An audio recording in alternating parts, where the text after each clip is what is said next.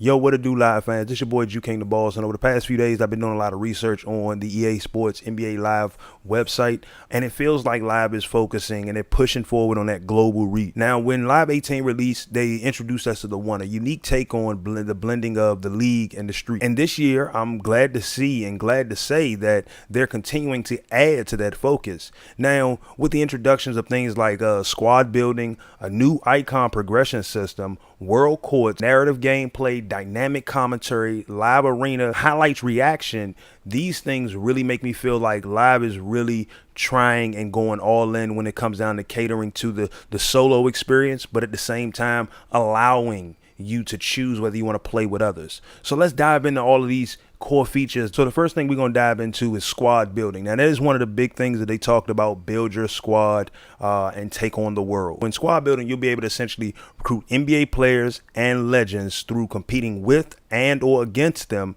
and live run and live strike events as well.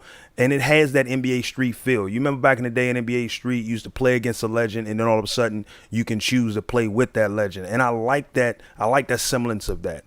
You can compete at different courts all around the world, and you can compete against friends and other competitors as you fight your way up the ranks, which lets me know that it seems like they're trying to incorporate, I won't say a better ranking system, but a more improved ranking system. And so these things right here is what basketball fans want, especially if you play competitive or you play multiplayer. We can talk about all of the current gameplay mechanics that need to be adjusted, but if they're adjusting those along the way while bringing in features, then that means they're doing the exact thing that they didn't do, what caused the downfall of Live back in 05-06, which is they incorporated new features without crispening the gameplay with the competition right on their heels. So when you look at squad building, so essentially in squad building, you'll be able to, build your squad now they said amongst NBA players and legends. Now, I don't know if they mean just legends of the game of the NBA or legends of the game of basketball.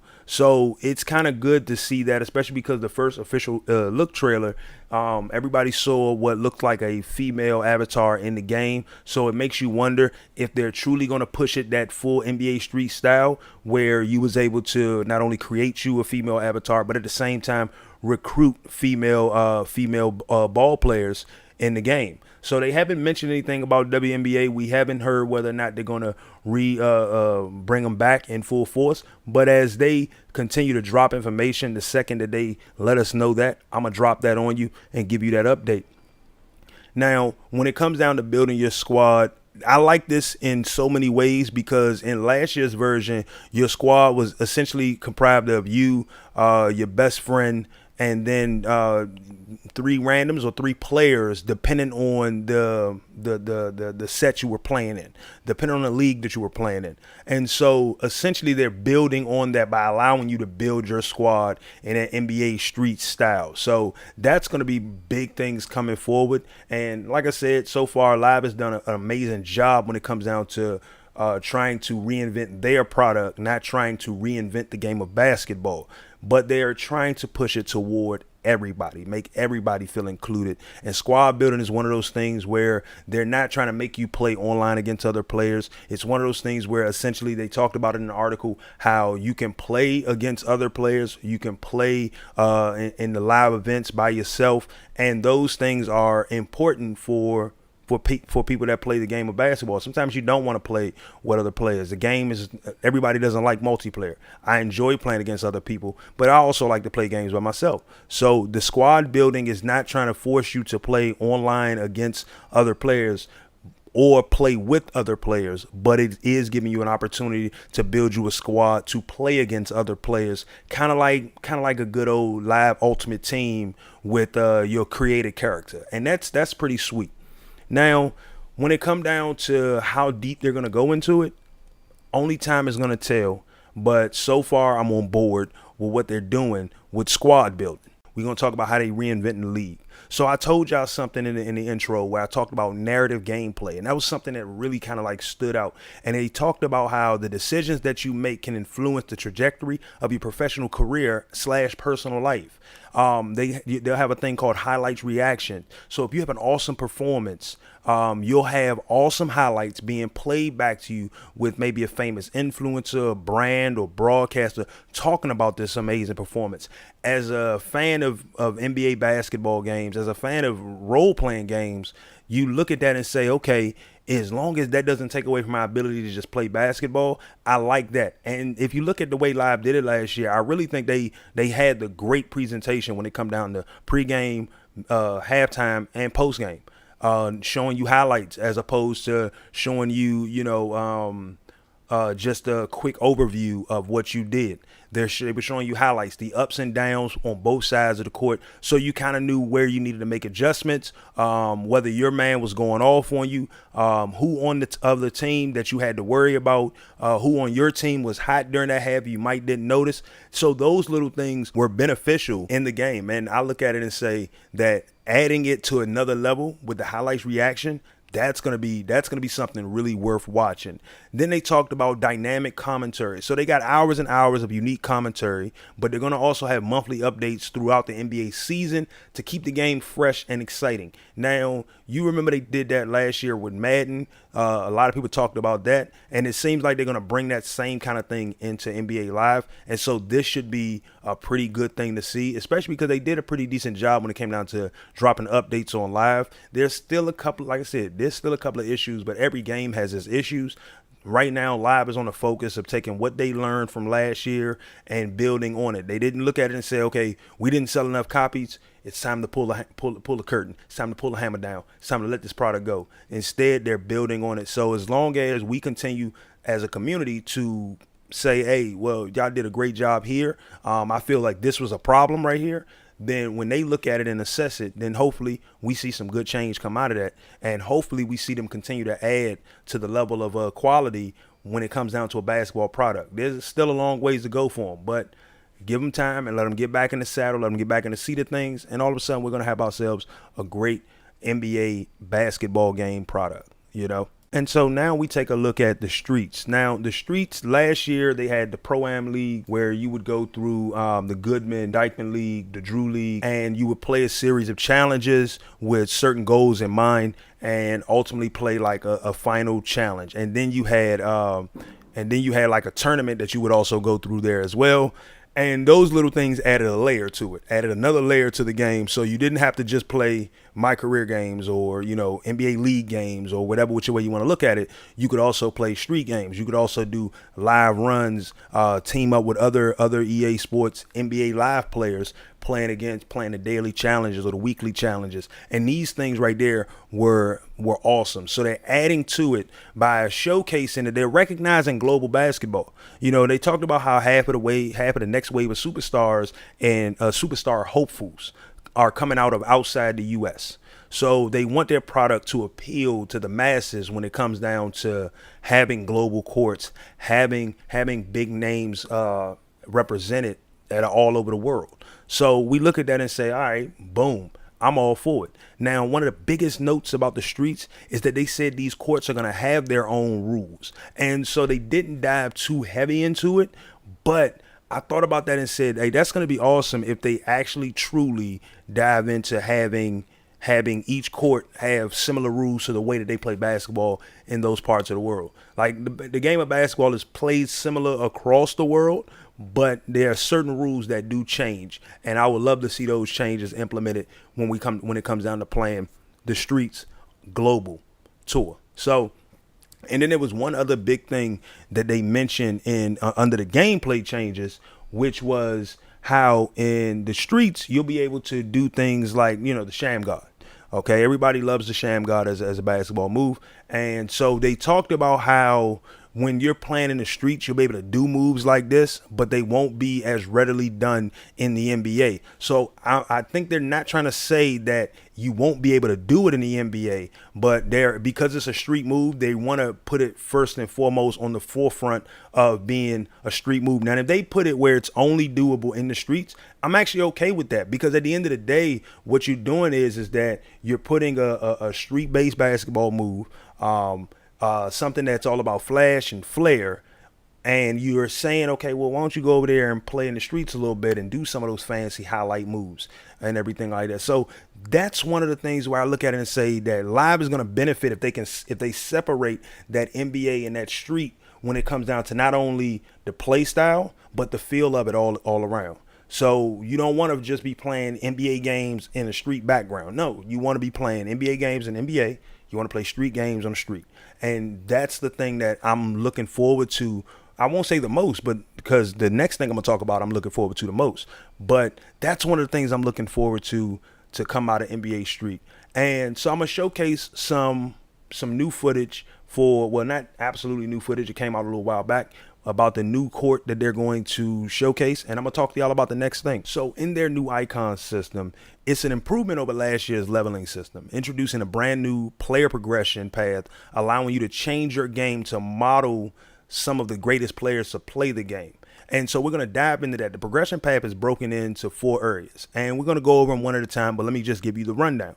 So first of all, you have your your 4 areas boil down to it being your icon system, your trait system, your skill system, your signature ability system. So we're going to dive into the icon system first. And so the icon system is made up of these core groups. So your icon ability is exclusive gameplay boosts that can only be experienced by equipping that icon. So some of the icons that they mentioned was Magic Johnson, Russell Westbrook, Allen Iverson, and the Spark. Now, it was funny about the Spark because when they mentioned the Spark, they didn't say who the Spark was. But I looked all over the internet, and look, I don't know like 99% of basketball history or all of the small nuances of nicknames that people have gotten over the years. But if somebody knows who the Spark is, please let me know. Because like when they mentioned Russell Westbrook, Allen Iverson, and the Spark all in the same breath. Okay, now Magic Johnson they mentioned first, but they mentioned these 3 in the same breath when it come down to essentially what were point guards. And so Russell Westbrook, they called him the Beast. Allen Iverson, they called him the Answer. And then they said the Spark, but they never said who the Spark was. Now, I have a little bit of a theory because Russell Westbrook is a current NBA superstar. Allen Iverson is a former NBA superstar. Magic Johnson is an NBA Hall of Famer. Allen Iverson is a Hall of Famer. But they mentioned the past, they mentioned the present. Now, are they mentioning someone who is representative of the future of the NBA, or are they mentioning someone who is a WNBA superstar? You know, so if any of you know who the Spark is, let me know down in the comments below so that way I can go and do some research and be able to solidify whether or not that they're talking about this on a whole nother level of female superstars in the game, male superstars. That was just a little tad bit of information, and it's got my brain racking. So now, when they talked about these icons, they said they're going to mention more up to the release of the game. Now, another area is icon skill. Now, the skill is only available within a play style by equipping the icon. So the example that they gave was Russell Westbrook is the only slasher with the dunk skill path. And I'm going to go over that in a second because it was a little confusing when I first saw that. I was like, that's kind of odd because all slashers can dunk. And then they broke it down a little bit better. So then you have icon boosts, which are icon specific ratings boosts. The example they gave you for that one is Dirk Nowitzki gets post move boosts, but other stretch fours don't. And then when they said that, that's okay. I understand that. So then you have your icon unlocks and and technically your icon path. So your icon unlocks are things you unlock along the icon path, which are gear and boosts that you unlock playing with that specific icon enabled. So then you got the icon path, which is essentially the OG leveling system similar to Live 18. But along that icon path, you'll have icon ability upgrades which you got 3 tiers. You got a bronze upgrade, you got a silver upgrade, and you got a gold upgrade. Now, don't have that confused with the trait system. We're going to go over that right now. So when it came down to the examples that they gave, they looked at Russell Westbrook, the beast, and they looked at Allen Iverson, the answer. Now, for Russell Westbrook, this is a slasher who finishes strong at the rim, usually with a dunk. Okay. Now, for Russell Westbrook, you'll get the dunk icon skills, several boosts that affect both sides of the ball, and even physical boosts touching on speed and stamina if you choose to play with the Russell Westbrook icon. Now, you'll get that special ability that enhances your speed and finishing at the rim after a change of possession. So on a rebound, on an inbound, any steal, these things will increase your speed and increase your finishing ability at the rim. Now, they went through the same progression with Allen Iverson. By playing with the answer, you'll get a chance to see increases in your ability to beat defenders off the dribble, make tough to hit step backs, and have a higher finisher rating. All right. Where Westbrook had a dunk icon skill, AI skills stem around his steal ability. So you look at that and say you got two different slashers, but the slasher play style, you got two different slasher play styles, but each one of them have a different set because of their iconic path that they're taking. So this leads to unique personal skill boosts in other categories on both sides of the ball. Now, before we dive deeper into the icon system, they did mention the traits and skills. And so the traits you have essentially the same except with a few modifications. So you still got 2 primary skills, which have a highest skill cap of 95. You got 3 secondary skills, which have a lower skill cap of 86. You have 1 hero skill, which has an intermediate skill cap of 88. And they didn't talk too much about the hero skill. Then you have 3 trait slots. We all know what the trait slots were. Those are just, you can swap those out before and after games, whether playing on the street or playing on the league, to get boosts in certain areas. And those have 3 tiers: bronze, silver, gold. But those are not the bronze, silver, gold icon upgrade abilities that we're going to talk about. So now I'm going to show you what the skill. Now this right here, it's not showing my mouse, but if you look right next to the player under where it says the 1, you'll see a picture, and that's the icon. That's the icon that this player has equipped. So essentially, by equipping this icon, you would essentially affect the skills that you'll have available. You'll affect the abilities that you'll have available, and these things right here can be interchangeable, so you can swap them out based on who you're going up against, based on if you're playing in the street, you might want to play with a specific skill set or a specific icon. If you're playing in the league, you might want to be changing it out based on who your matchup is. So little things like that are ingenious, and I encourage little abilities like that. So then we go down a little bit. When they talked about the skill tree progression, you look at the icon paths. Now you can unlock unique content by playing with specific icons. I mentioned that earlier. And each icon has their own skill tree divided by bronze, silver, and gold. So this is where we're going to talk about the icon ability upgrades. So they use Mutombo as an example. So his silver, and when he gets to his silver marker to a point where you get to choose one of 2 different paths you want to take. So he has 2. One of them is defensive boost, and the other one is radius boost. So break it down in the simplest form. If you choose to go with defensive boost, that means that you can affect your opponent's shot a lot heavier. If you choose to go with radius boost, that means you can affect your opponent's shot from a bigger radius. Now, one isn't distinctively better than the other. Now, if you are a great on-ball defender, which means that your opponent can hit you with a lot of moves, but he's essentially not going to lose you, you're going to stick with him, you'll most likely want to go with the defensive boost. Why? Because you would get a better chance to hurt their ability to make their shot.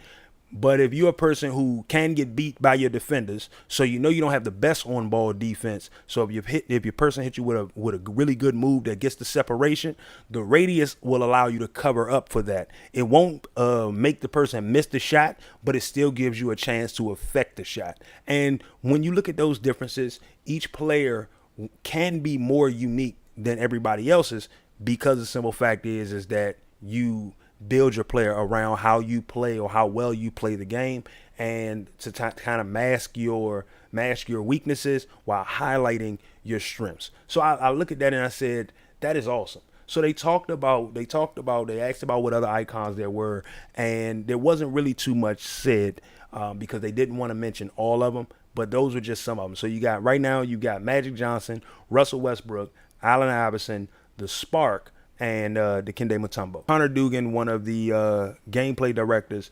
one of the creative directors, talked about, he was asked questions about innovation and gameplay improvements, and I'm just going to highlight a few things that he mentioned that were pretty good. So they talked about this thing called real player motion, which is supposed to be something new that they're bringing in to NBA Live 19, and they were asked what do they hope to achieve with it, and he talked about how they wanted to give the players much more smoother and responsive experience.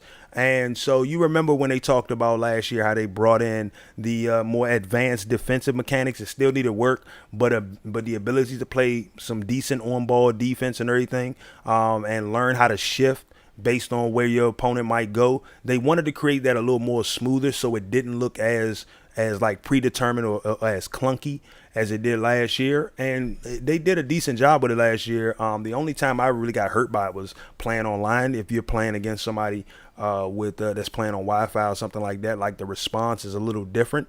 So they wanted to create a more smoother and fluid system.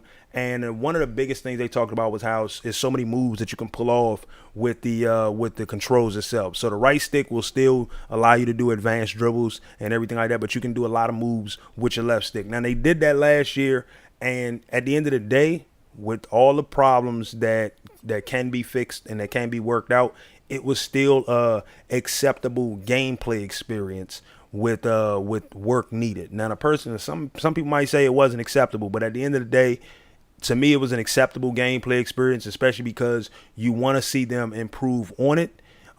It wasn't the best, but it wasn't the very worst. All in all, it was an enjoyable experience, and they're diving deeper into it by trying to create a more advanced motion engine. So they talked about, and this was where they talked about how in the streets you'll be able to do things like play using more street style controls. And I don't mean like that you change the controls up for the streets, but the streets would feel like the streets, and the NBA league will feel like the NBA league. And that to me is the biggest thing that you could say when it comes down to the control and feel. Now, until I get my hands on it and can experience that for myself, I can't necessarily say that it works out the way they wanted to or the way they hoped it to, but I'm hoping for it, because I've always had the biggest complaint about how the NBA basketball games should feel like playing in an NBA basketball game. The street basketball games should feel like playing in a street basketball game.